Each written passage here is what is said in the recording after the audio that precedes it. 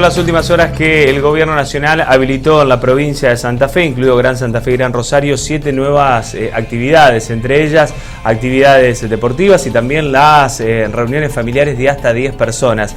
La pregunta es cómo nos vamos a adaptar a esta nueva normalidad. Le vamos a agradecer a quien está en contacto con nosotros vía Skype. Ella es Virginia Trevignani, ella es socióloga.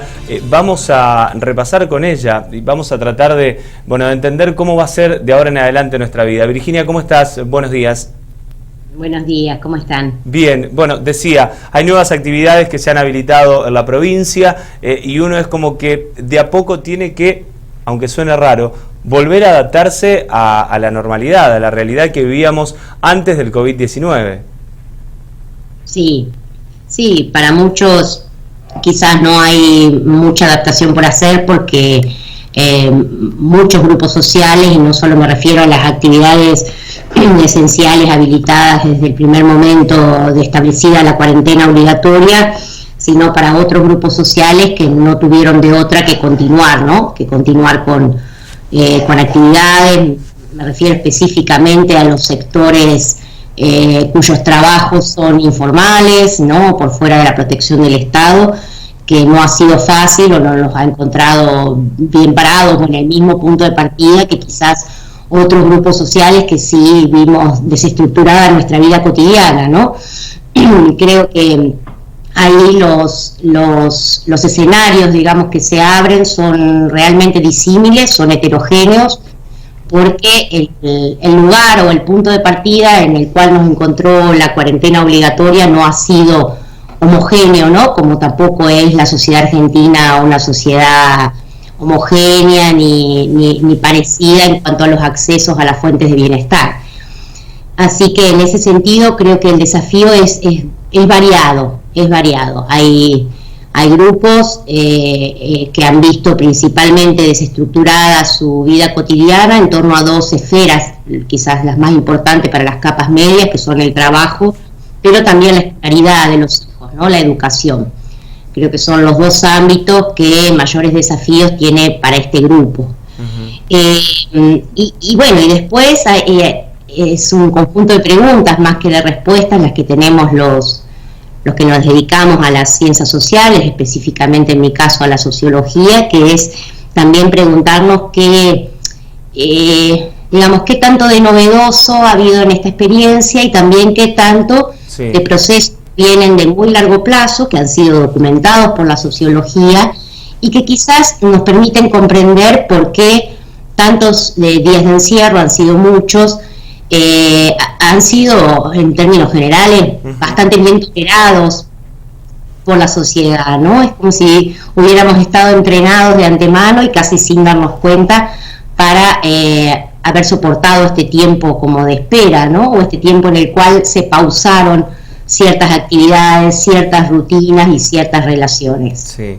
De alguna manera también uno tiene que ver, como decías Virginia, la parte positiva y entre ello algunas enseñanzas que nos quedan. Y una de las más importantes y que también llama la atención, porque sería algo de uso diario, es la higiene, las normas de higiene y las normas de salubridad que debemos cumplir de ahora en adelante, ¿no? Para lo que es esta conciencia social que también ha crecido en el último tiempo.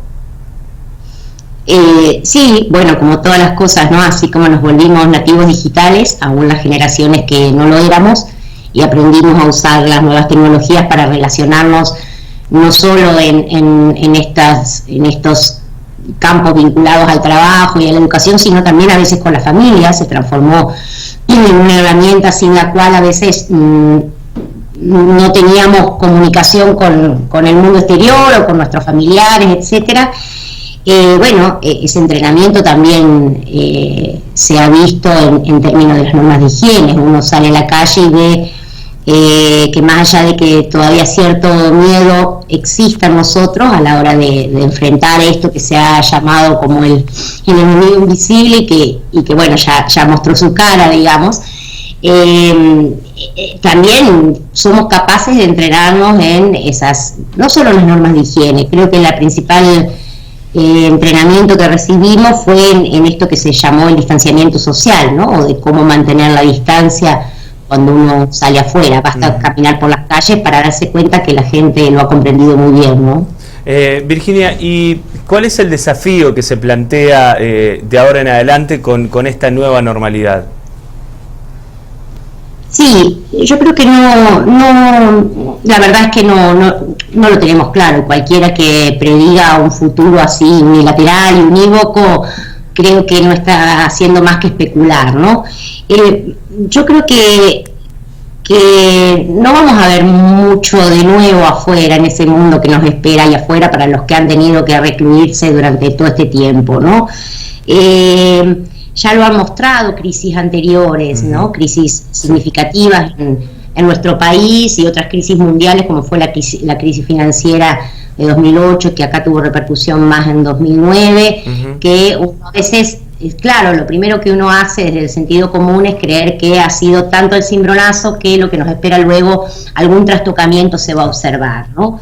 Quizás es cierto que, por ejemplo, algunas redes, en el caso de la crisis 2001, se observó cómo algunas redes comunitarias se consolidaron o se reforzaron más. Acá todavía está abierta la pregunta realmente de qué tanto nuevo nos espera en esta nueva normalidad. Creo que las cuestiones más estructurales relativas a la desigualdad en nuestro país, a la posición desigual en el mundo, cuestiones así como de larga data en nuestro país no van a sufrir grandes cambios. Creo que sí, ahí sí, creo que es un desafío pendiente y ya estamos escuchando las voces de muchos pedagogos, educadores, que tiene que ver con las actividades que, digamos, cuya presencia corporal, cuya presencia del cuerpo sigue siendo una herramienta esencial, ¿no? Me refiero a la educación como un campo específico, me refiero en general a todas las actividades artísticas, pienso en el teatro específicamente, y todo el área de las actividades de cuidado de los otros, adultos mayores, niños, enfermos, que ha sido una de las actividades esenciales que no ha parado.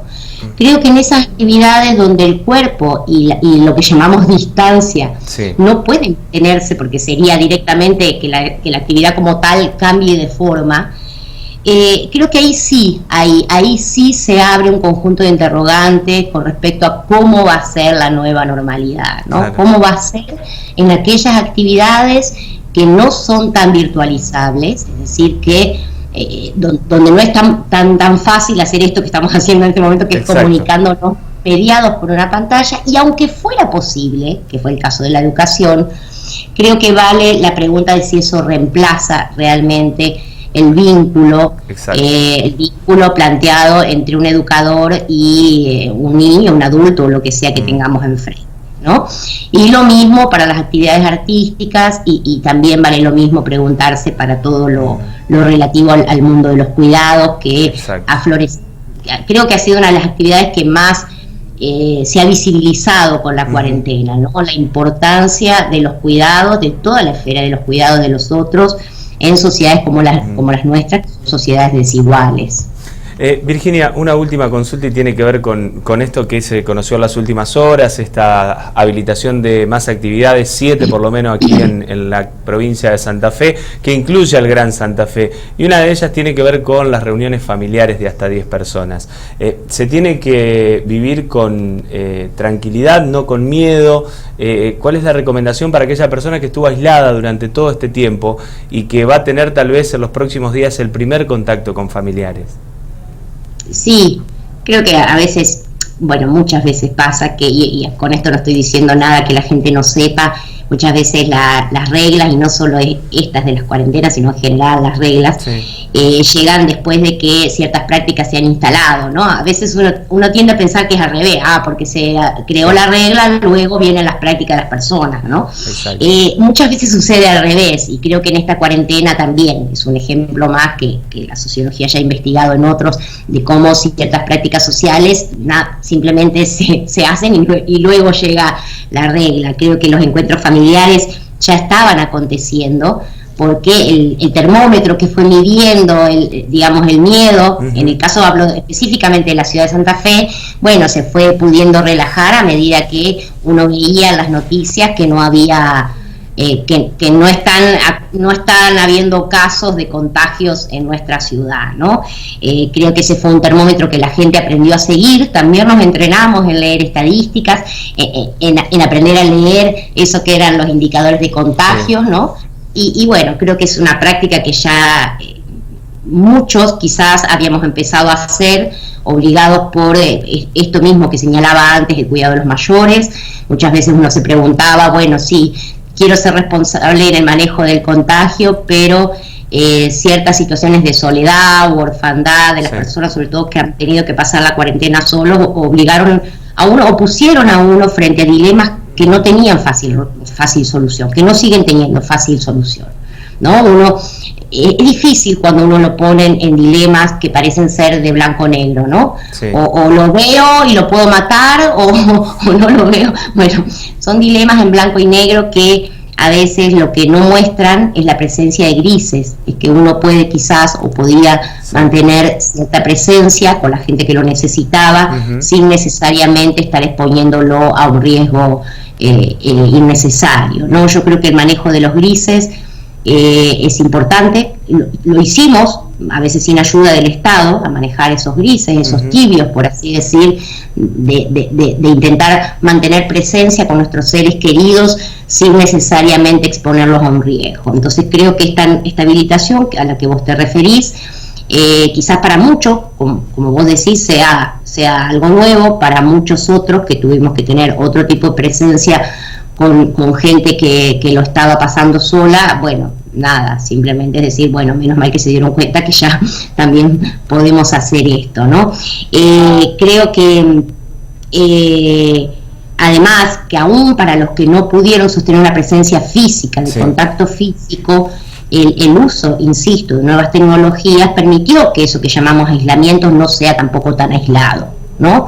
Sabemos que los adultos mayores tampoco son personas que no hayan podido adaptarse al uso de nuevas tecnologías. El uso del teléfono, ¿sí? El uso de la videollamada, eso fue una herramienta esencial. Fue una herramienta que todos usamos para mantener cierto vínculo.